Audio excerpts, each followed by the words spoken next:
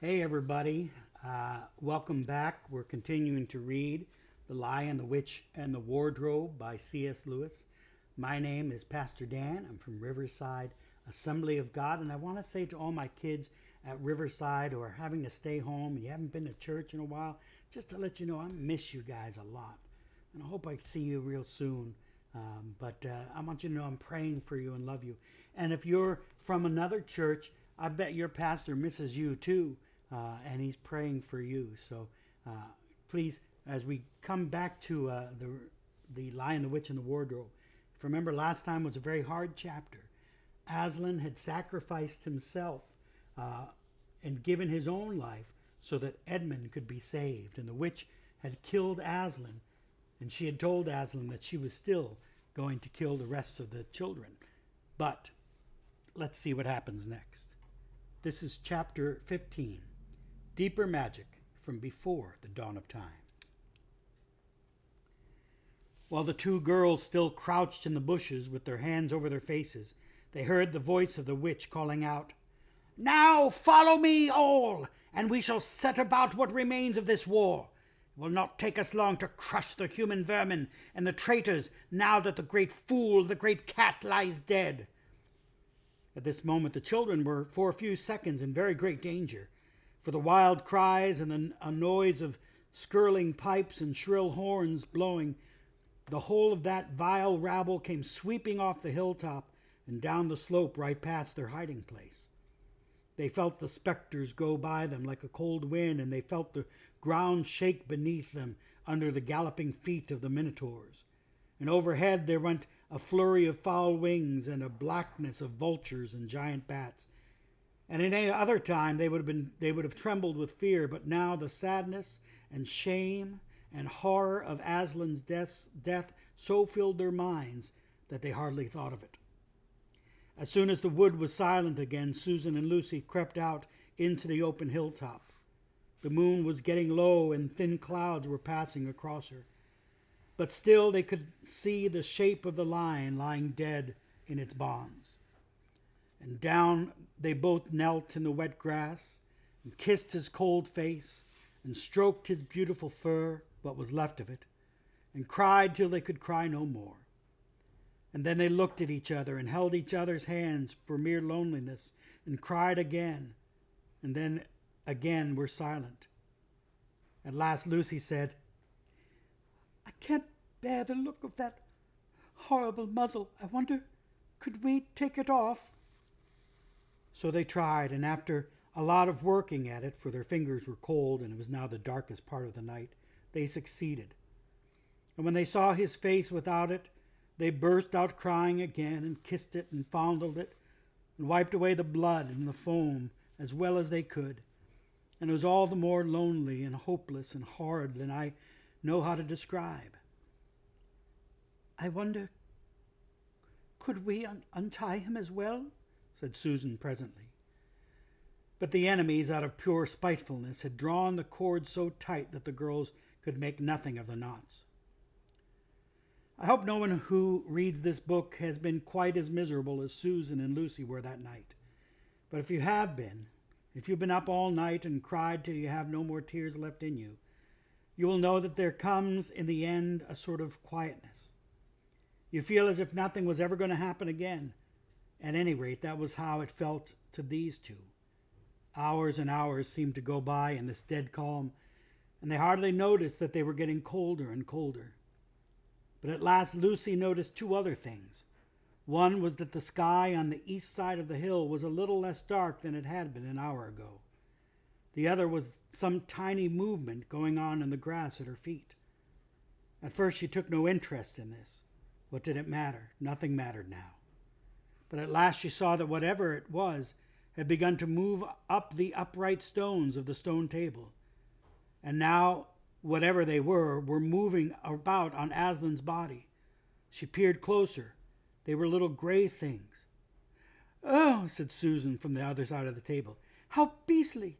There are horrid little mice crawling over him. Go away, you little beasts!" And she raised her hand to frighten them away. "Wait," said Lucy, who had been looking at them more closely still. "Can you see what they're doing?" Both girls bent down and stared. "I do believe," said Susan. "But how strange, they're nibbling away at the cords." "That's what I thought," said Lucy. "I think they're friendly mice. Poor little things, they don't realize he's dead. They think it'll do some good untying him." It was quite definitely lighter by now. Each of the girls noticed for the first time the white face of the other.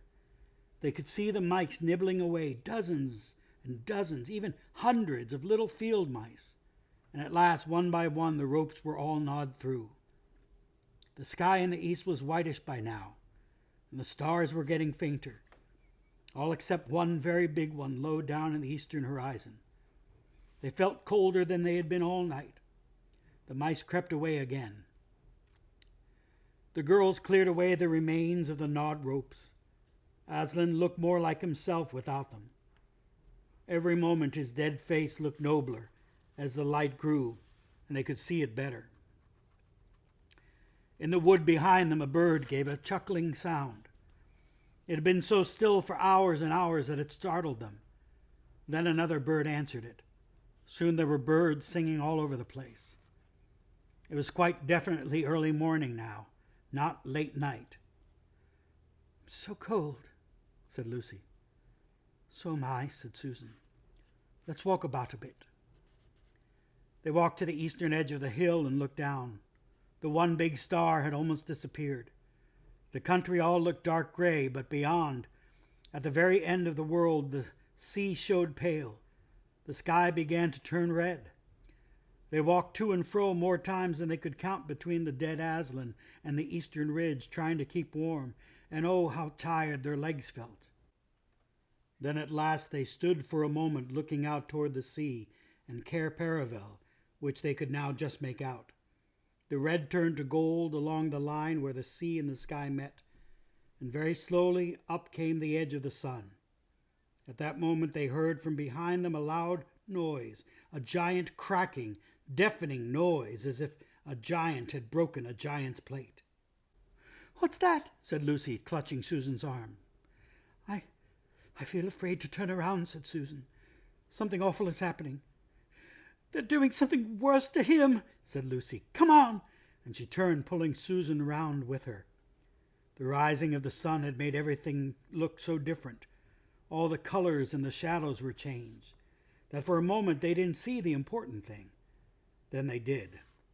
The stone table was broken into two pieces by a great crack that ran down it from end to end, and there was no Aslan. "Oh, oh, oh," cried the two girls, rushing back to the table. "Oh, it's too bad," sobbed Susie. "They might have left his body alone." "Who's done it?" cried Susan. "What does it mean? Is it more magic?" "Yes," said a great voice behind their backs. "It is more magic." They looked around, and there, shining in the sunrise, larger than they had seen him before, shaking his mane, for it apparently had grown again, stood Aslan himself. "Oh, Aslan!" cried both the children, staring up at him, almost as much frightened as they were glad. "Aren't you dead then, dear Aslan?" said Lucy. "Not now," said Aslan. "You're not asked Susan in a shaky voice. She couldn't bring herself to say the word ghost. Aslan stooped his golden head and licked her forehead. The warmth of his breath and a rich sort of smell that seemed to hang about his hair came all over her. "Do I look it?" "Oh, you're real, you're real! Oh, Aslan!" cried Lucy, and both girls flung themselves upon him, covered him with kisses. "But what does it all mean?" asked Susan, when they were somewhat calmer. "It means," said Aslan, "that though the witch knew the deep magic, there is a magic deeper still which she did not know. Her knowledge goes back only to the dawn of time.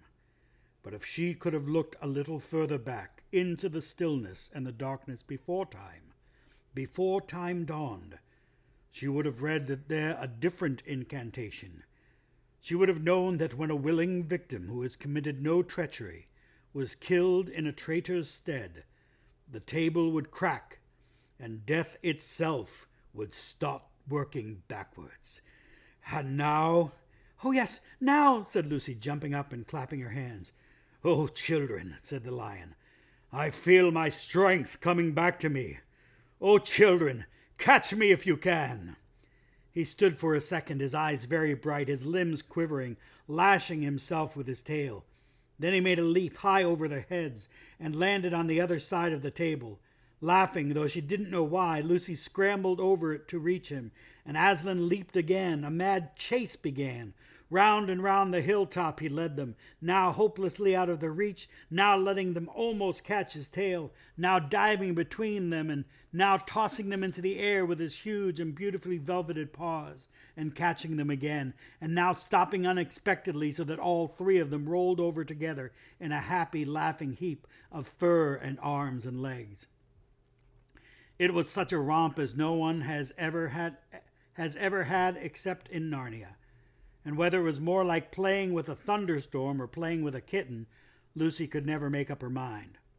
And the funny thing was that when all three finally lay together, panting in the sun, the girls no longer felt in the least tired or hungry or thirsty.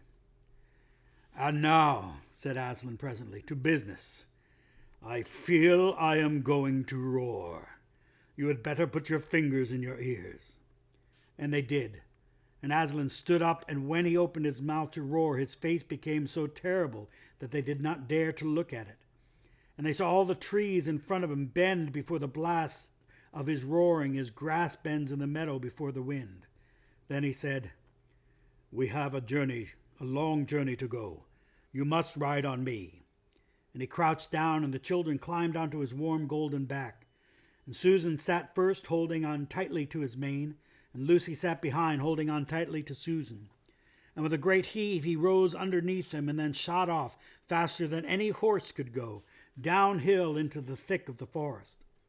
That ride was perhaps the most wonderful thing that happened to them in Narnia. Have you ever had a gallop on a horse?